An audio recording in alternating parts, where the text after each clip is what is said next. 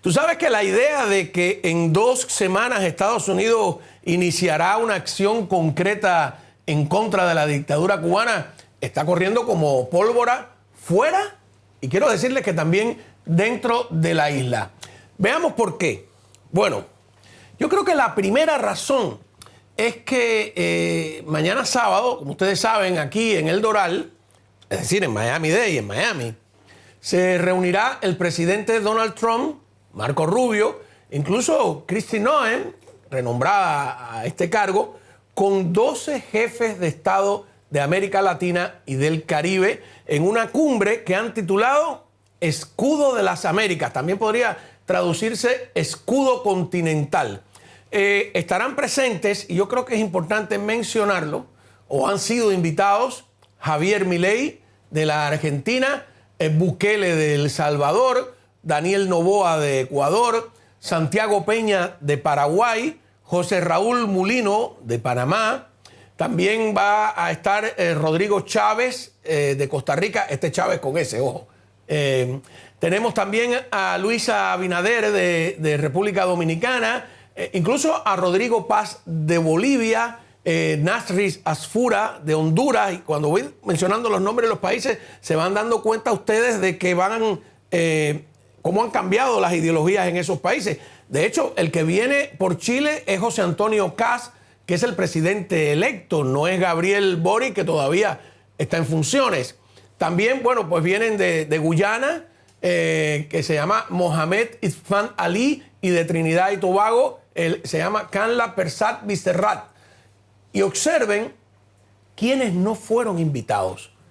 Ni Lula, ni el benemérito Petro, ni Ortega, que es como un cangrejo prehistórico allí, insertado en el medio de América Central, ni Díaz-Canel, que no tiene casa el pobre, ¿no? Ni Delcy Rodríguez. Y yo creo que eso es interesante. Es un dato interesante el de que no hayan invitado a Delcy, que ustedes saben que había anunciado ya con antelación que iba a la Casa Blanca, etcétera. No, por ahora le dijeron, todavía no te vistas que no vas, y a lo mejor no va nunca y se queda vestida sin ir al baile porque por ahí anda rondando una acusación o un indictment, no sé, algo de eso. A ver, por lo tanto, podría decirse que esta es una cumbre en donde los presidentes de, ¿cómo los calificamos? Centro-derecha. Yo creo que sí. Algunos de derecha. En el sentido, por ejemplo, Milei es un liberal, sí, de centro-derecha. Pero los presidentes que no son de esa izquierda carnívora, me da la impresión a mí de que van a decidir el rumbo del resto. Eso es interesantísimo. Sin embargo, crecientes rumores aseguran que el tema espinoso y tal vez central va a ser Cuba. Aunque no sea el tema institucional, todo va a girar de alguna manera sobre la pregunta básica de ¿qué hacer con Cuba? Y cuando el río suena, bueno, es porque algo trae, ya eso lo sabemos. Desde 1962, cuando la crisis de los misiles, no se mencionaba tanto a Cuba. Y ahora, desde hace, ¿cuánto hora? Mes y medio, podría ser más tiempo, ¿verdad? Incluso, que más o menos, ¿no? Que Cuba aparece en boca del presidente de los Estados Unidos, del vicepresidente J.D. Vance, del secretario de Estado y hasta de conocidos influencers del mundo anglo, como es el caso de Laura Loomer, quien el 27 de febrero aseguró que en 30 días Estados Unidos tomaría control de Cuba. Imagínate esa declaración. En el fondo no es alguien que tenga un cargo oficial, pero es una persona, tengo entendido, cercana a Trump. Por lo menos la gente ha dicho en algunos momentos barbaridades y cosas, pero repicó esa noticia, y ese repique, esa campana que repica a Cuba le debe poner nervioso de alguna manera. Repito, dijo que Estados Unidos tomaría control de Cuba en 30 días. Les voy a proponer hacer un breve recorrido por algunas de esas declaraciones que han encendido las expectativas sobre lo que muchos desean sea por fin el final de esa terca, inoperante y vieja dictadura a solo 90 amenazantes millas de territorio estadounidense. Como se ha preguntado el Instituto Interamericano por la Democracia, ¿quo vadis Cuba? ¿A dónde vas, Cuba? Así que empecemos de atrás para adelante. Ayer mismo, en la Casa Blanca, el presidente Trump le dijo a Jorge Mas Santos, el hijo del fallecido chairman de la Fundación Nacional Cubano-Americana, nos vemos, ya no en 30 días, nos vemos en 2 semanas. Vamos a ver nosotros. Realmente aman lo que hacen y lo hacen bien. Súbeme. Y es un honor para nosotros y para todos en la Casa Blanca honrarlo hoy. Así que felicitaciones también a los copropietarios Jorge y José Mas.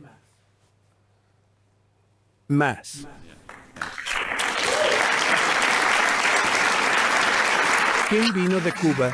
No. ¿De dónde vienes? Originalmente de Cuba. Mis padres. ¿Tus padres vinieron? ¿Y vas a regresar? ¿O sí? Así será.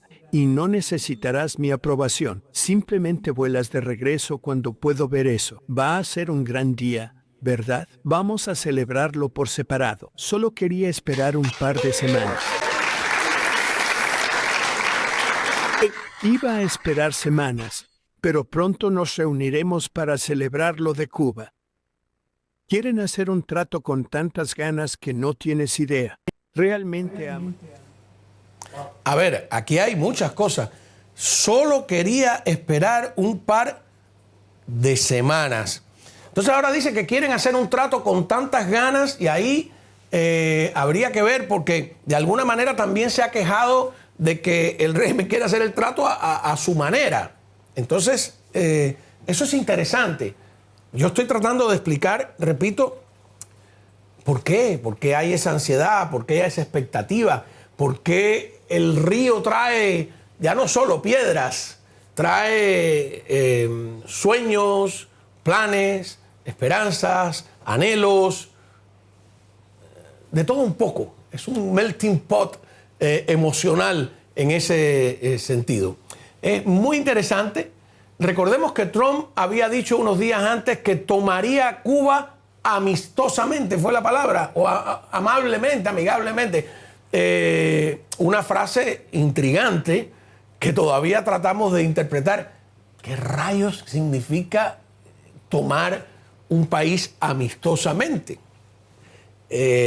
No recuerdo en la historia que se haya dicho algo así. Es probable que existan los precedentes, pero todavía estamos tratando de descifrar. Descifrar a Trump es bastante complicado para amigos y enemigos. Bueno, volvamos al día de ayer y veamos entonces qué es lo que habló Jorgito, como lo conocen en la fundación, para diferenciarlo en aquella época del padre. Pero bueno, Jorge Mas Santos, ¿qué dijo? Hace 7 años, el Inter Miami no era más que una idea y un sueño. Recuerdo que después de hablar con el comisionado Garber y que nos otorgaran un equipo, nos sentamos en la sala de conferencias del negocio familiar en Miami y nos dijimos, ¿y ahora qué hacemos? Y como hijo de un hombre y una mujer que dejaron Cuba solo buscando libertad en este gran país, eso nos ha impulsado a la excelencia. Y pensamos, ¿qué podemos hacer para marcar la diferencia? ¿Qué podemos hacer que sea especial? Y en ese momento me dije a mí mismo lo que muchos pensaban que era imposible. Dije, vamos a traer al mejor jugador del mundo para que juegue en el Inter Miami. Y eso fue en 2019. Y hoy, parado frente a ustedes, tienen al mejor jugador del mundo aquí a mi derecha.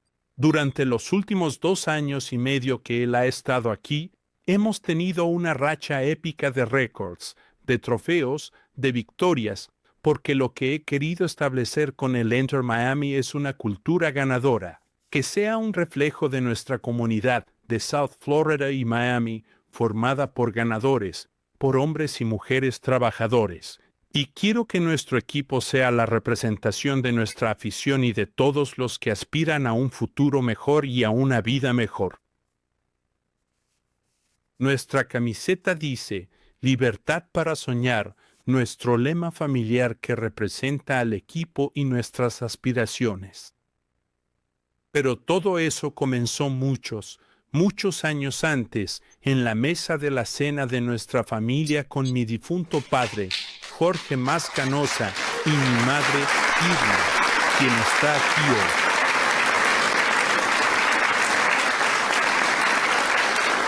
hoy. Y ahora hablo en homenaje a la generación de nuestros padres, y comparto eso con el secretario Marco Rubio, hombres y mujeres que huyeron del comunismo, que huyeron de la tiranía, que querían una vida mejor para sus hijos e hijas en el futuro. Y en esa mesa se nos inculcó que si trabajas duro, te sacrificas y sueñas, puede ser posible. Bueno, como ustedes saben, esto está traducido por la inteligencia artificial. Jorge está hablando en inglés, pero lo primero que me salta a la mente es cómo se parece a su padre. Si lo pudiéramos escuchar en original, ¿no? Incluso la entonación, el modo, el énfasis es muy parecido al de su padre, sobre todo cuando habla en español.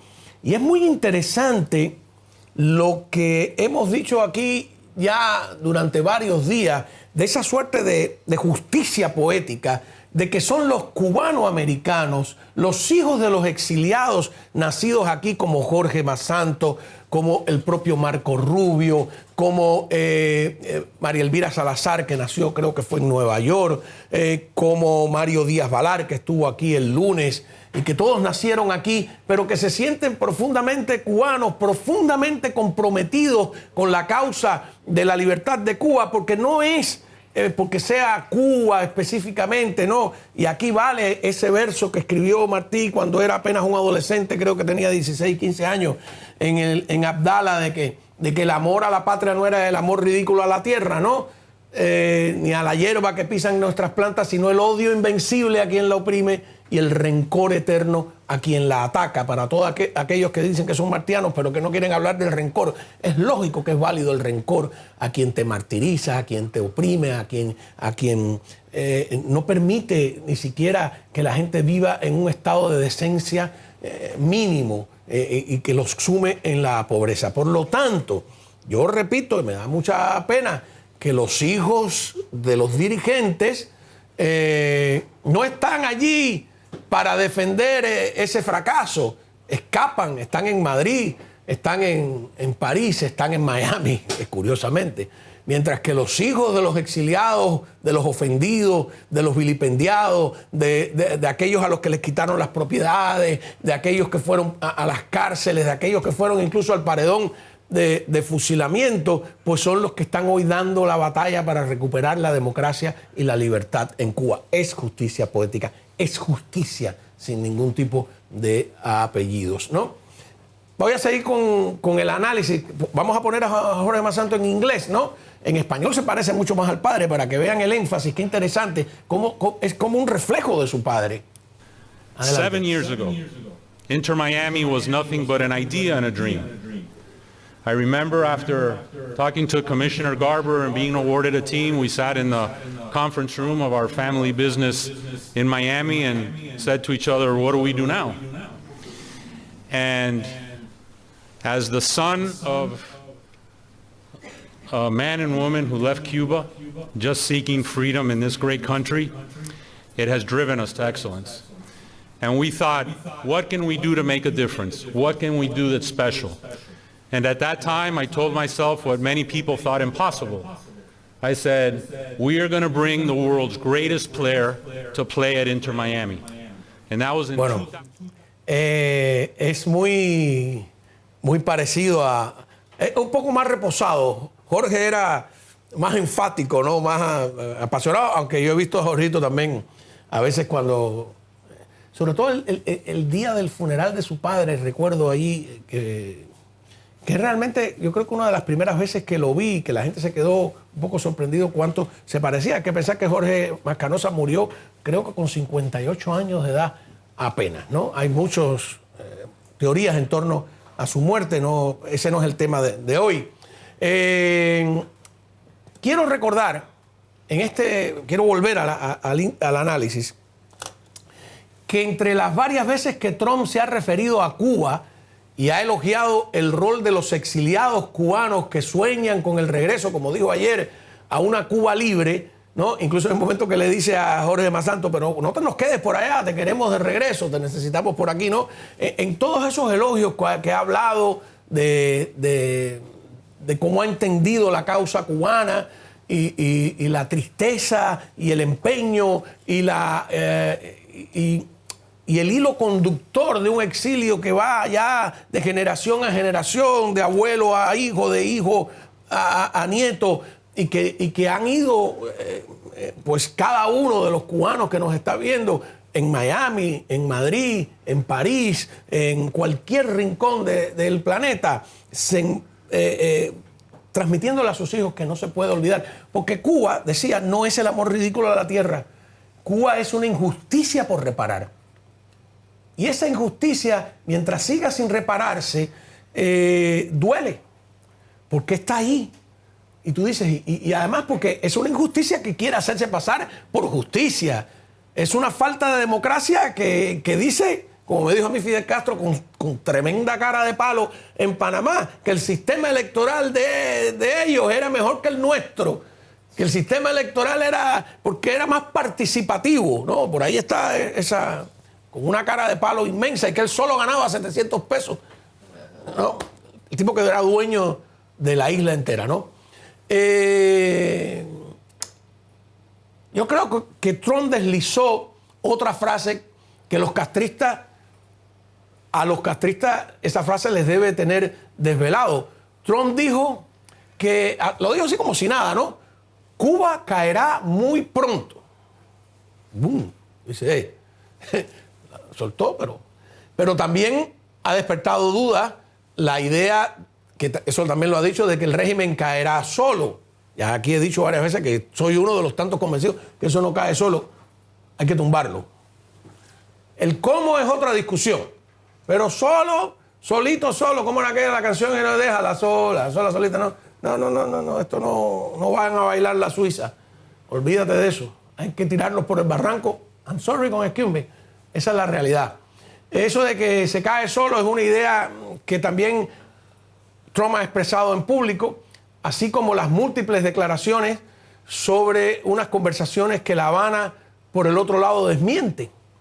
Pero estoy, de nuevo, hablando del cúmulo de declaraciones que parecen que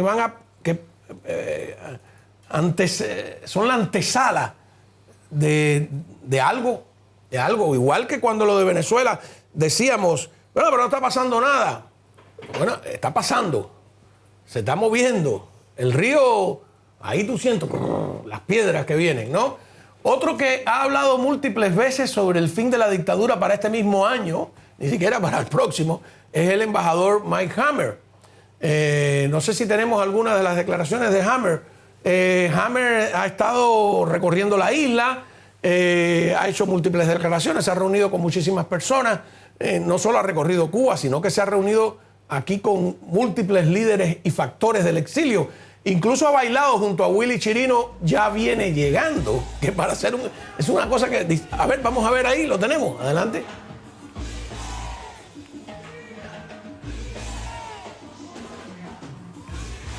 Podemos subir ahí que no oiga.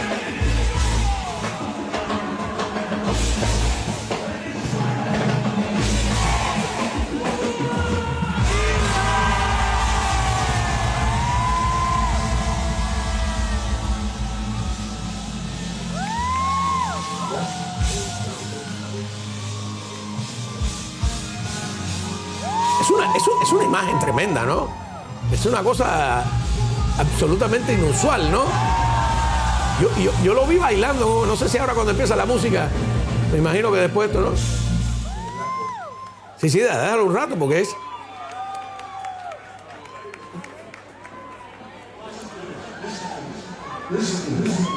A ver qué pasa ahí.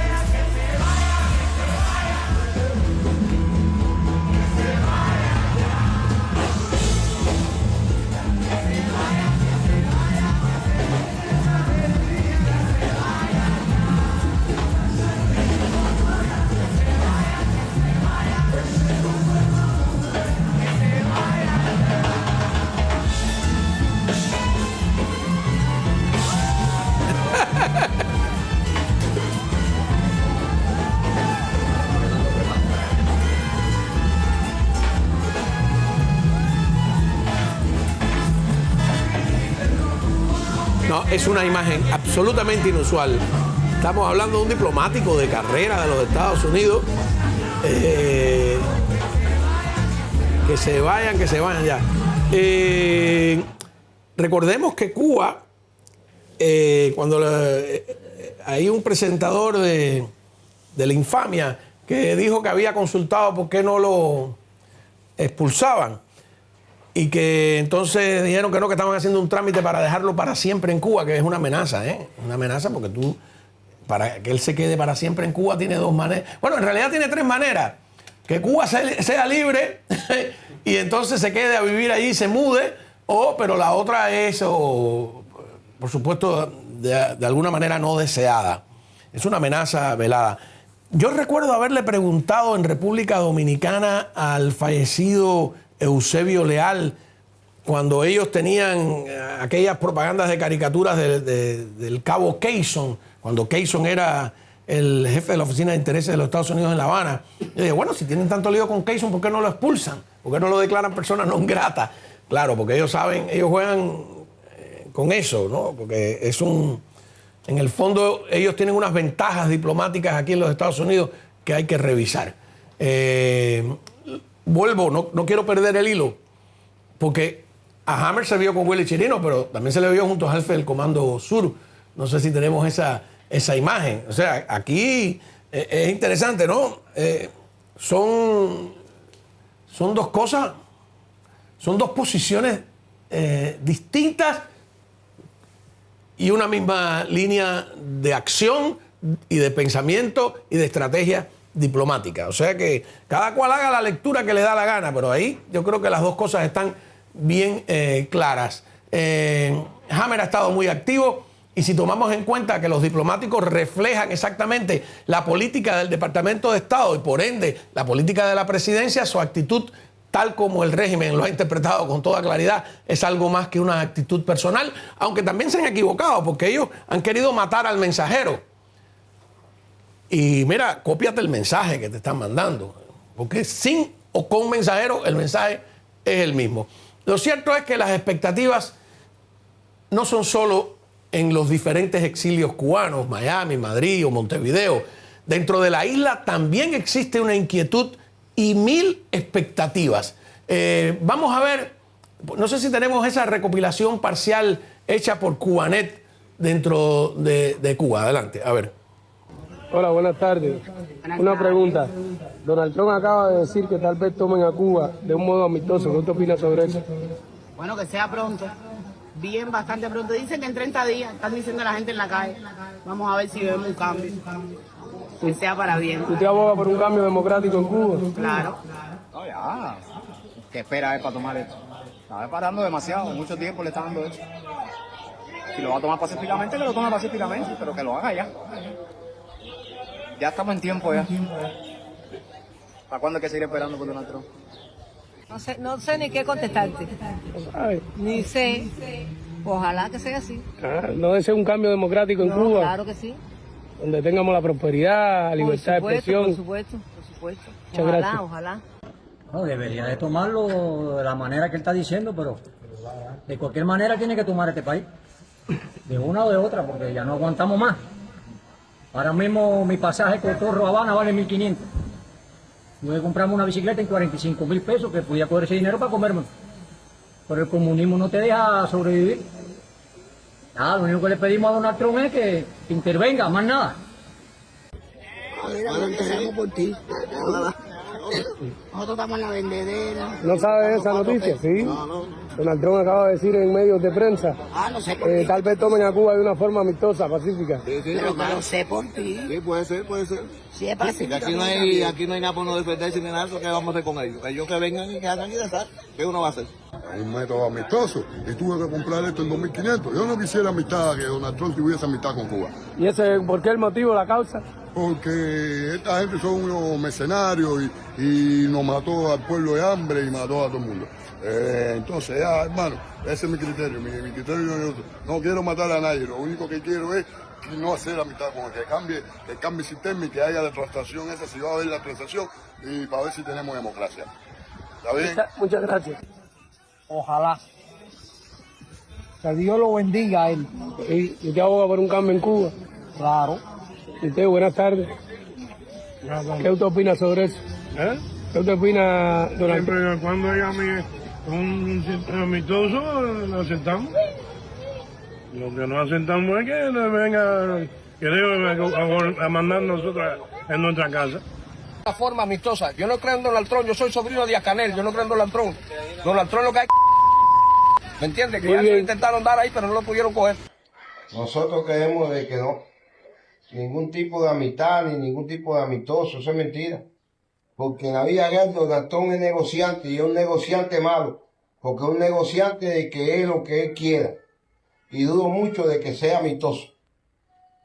Ni para ellos ni para nosotros. No, nosotros sí queremos que Donald Trump hiciera amistad. A mí no me eso. ¿Cómo que no? ¿Cómo que no si tú estás hablando? Yo quisiera que sí hiciera amistad para nosotros ver la mejoría aquí en este país. Pero para bien, no para mal. La verdad que felicito a Cubanete. Es un testimonio, yo no lo había visto. Es algo que tú no te imaginabas después de tantos años de adoctrinamiento. El adoctrinamiento en Cuba es tremendo. Date cuenta que todo el que tenga 70 años se educó en el régimen. Todo el que tenga de 70 años para abajo se educó en el régimen. Porque si el régimen tiene 67, no, todo el que tenga 73 años se educó en el régimen. Porque tú empiezas en la escuela a los 5 años, ¿verdad? Y desde que tú empiezas en la escuela es adoctrinamiento, pionero por el comunismo, seremos como el Che, bla, bla, bla, bla, bla, el imperialismo yanqui, no sé cuántos, somos antiimperialistas, los yanquis go home, que no vienen, que nosotros que los derrotamos en Girón, bla, bla, bla. Toda esa basura, ¿verdad? No ha servido de nada, porque ese es un sistema contra la realidad, y la realidad salta todos los días en la miseria, en la pobreza, en las necesidades, en la falta de prosperidad física y emocional. Aquello es un desastre absoluto y total. Y que tú veas tanta gente diciendo, por favor, ojalá que lo acaba de hacer ya, ojalá que venga, soñando, pidiendo, reclamando una intervención norteamericana. Ellos están adentro, no somos nosotros desde fuera. Y no pueden decir el cuento de que somos unos platistas pro-yanqui, imperialistas. No, es el pueblo de Cuba que no puede más. Sin embargo, hay que reconocer que en alguna medida estas expectativas entre la inmensa mayoría de cubanos que sueña con un cambio es una expectativa con un toque de incredulidad. O incluso hay un pesimismo crónico, tú lo notas, ¿no? Bueno, que acabe. Algo así como, que hay una frase cubana de esa, si va a llover que llueva, no quiero chinchín. No, es una frase popular que resume la atención de quienes con toda lógica anhelan hechos concretos, porque hay que reconocer que lamentablemente los cubanos hemos visto a ese régimen castrista sobrevivir a eventos trascendentes, ¿no? Sobrevivieron a principios de los 60 con casi todos los países de América Latina, rompieron relaciones diplomáticas con Cuba, la expulsaron de la OEA. Yo creo que solo México y Canadá fueron los únicos que no rompieron relaciones. Luego sobrevivieron a Bahía de Cochinos, a la crisis de los misiles, al Mariel, a la caída del muro de Berlín y a la desintegración de la Unión Soviética. Y entonces, claro, eso crea un pesimismo que yo creo que tiene otras explicaciones. Porque en estos momentos el régimen está apostando a sobrevivir a Trump y a Marco Rubio. Sin embargo, hay un sinfín de, voy a usar el lenguaje que ellos usan en el Código Penal, hay un sinfín de circunstancias modificativas que podrían dar un vuelco inesperado a esa empecinada supervivencia del castrismo. La primera es que Fidel Castro está muerto y Raúl casi. La segunda es la llegada precisamente a la Casa Blanca de un presidente que no se parece a nada de lo que se ha visto antes. Te guste o no te guste, para bien o para mal, no se parece. También el hecho de que un cubano del exilio esté dirigiendo la Secretaría de Estado, que es el cuerpo diplomático, las relaciones internacionales del país más poderoso del mundo, Estados Unidos, que esté dirigiendo la seguridad nacional, porque es asesor de seguridad nacional, ¿no? Y además de eso, la USAID. Eso es la otra circunstancia modificativa llegó el 3 de enero, con la abducción de Nicolás Maduro por los platillos voladores estadounidenses, ¿no? El virón de espaldas de Delcy Rodríguez a la causa revolucionaria, el no más petróleo venezolano para Cuba, el traspalante de la zombie de México, el culipandeo de Lula da Silva, la llegada de una docena de presidentes de centro derecha a las casas de gobierno de América Latina, el ataque a Irán y luego el primer ataque y ahora este con el propósito de provocar un cambio de régimen. Eso es importantísimo. Y el interés creciente de la cúpula estadounidense en extirpar de una vez ese grano, ese quiste maloliente y canceroso, esa excrescencia geopolítica que es el régimen de La Habana, para que no siga haciendo daño ni metástasis. Todo eso y más, que ya veremos, ha cambiado. Vemos que ha cambiado. Y el régimen de La Habana sigue actuando como si no fuera así, como si no se enterara, como si no quisiera admitir que están en el epicentro de un huracán y que los vientos de tormenta aumentan su fuerza día a día, lentamente.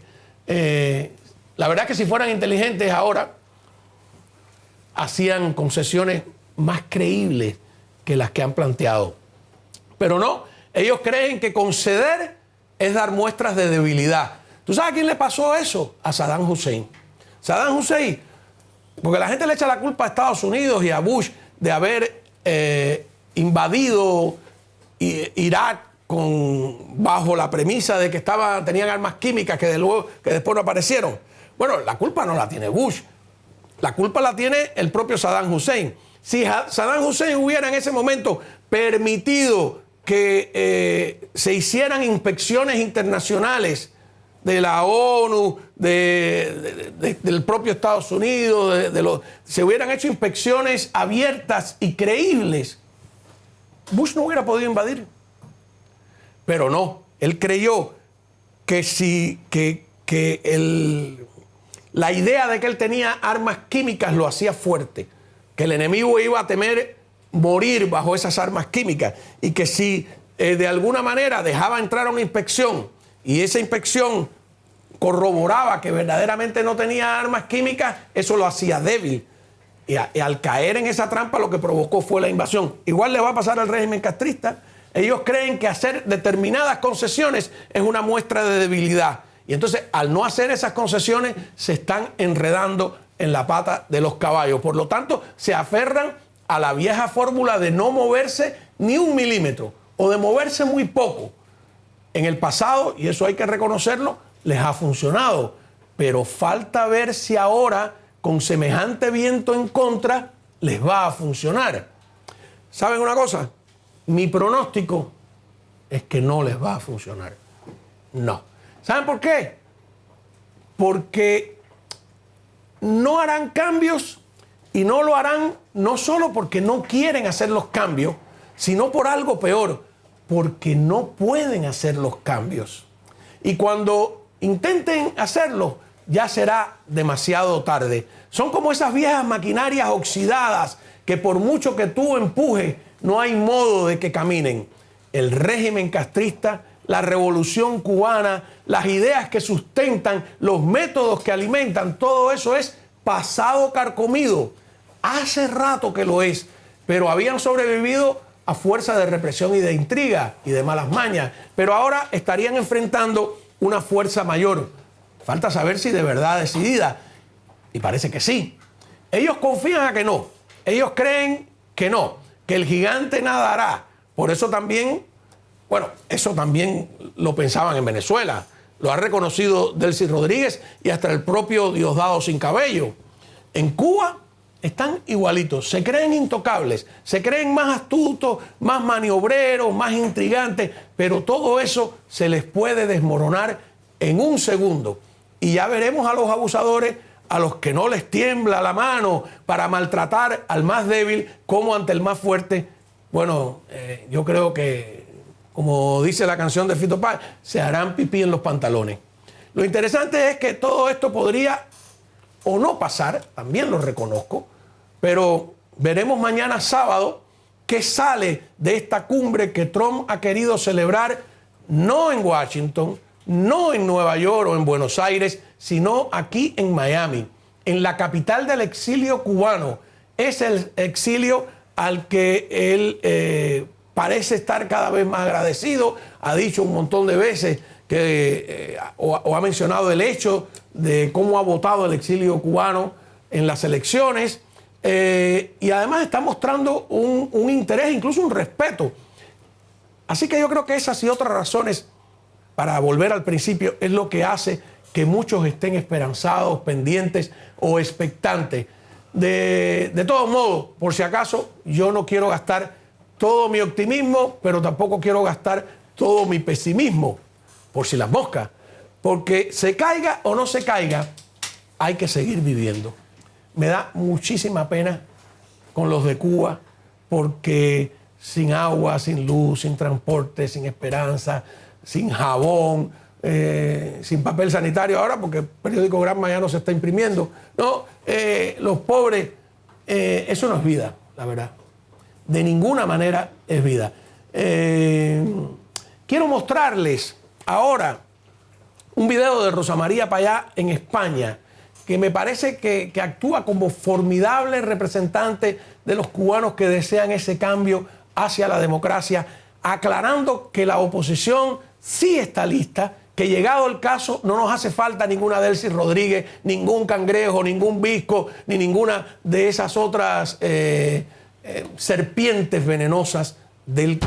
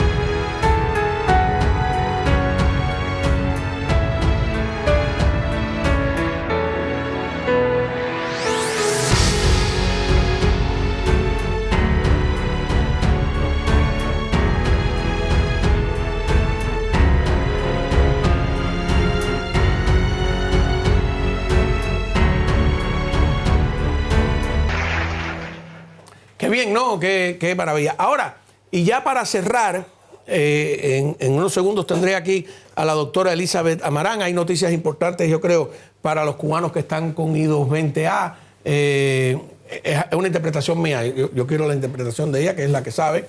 y también, pues bueno, de otros cubanos que están siendo liberados desde su oficina.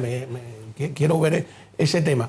Pero, Didier, el tema de los panameños, que en realidad lo que le molestó al régimen es que estaban llevando ayuda humanitaria y que le estaban llevando comida, estaban llevando medicinas, estaban llevando ropa, y la gente se desesperó y la gente empezó a gritar que tenían hambre. Eso es, o sea, funciona más que un letrero de abajo, quien tú sabes, ¿no? Pero hay un video del momento en que los detienen, ¿no? Que hacen cosas, los policías cubanos hacen cosas que, dame el teléfono, dame acá, quítate esto, quítate lo otro. Siguen siendo los mismos déspotas de siempre. No nos engañemos. No. Mira, vaya.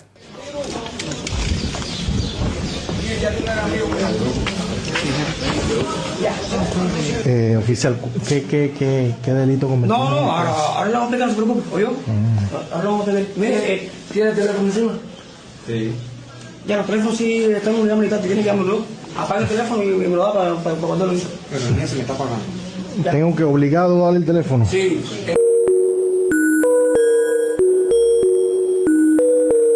La unidad que está en unidad militar tiene que dar el teléfono, no se puede entrar. Ah, bueno, yo se lo dejo allá afuera a los muchachos. Ya, en mire, el carro. el chofer, Sí. ¿el carro para qué no le viene? Dale. Se me está pagando. Bueno.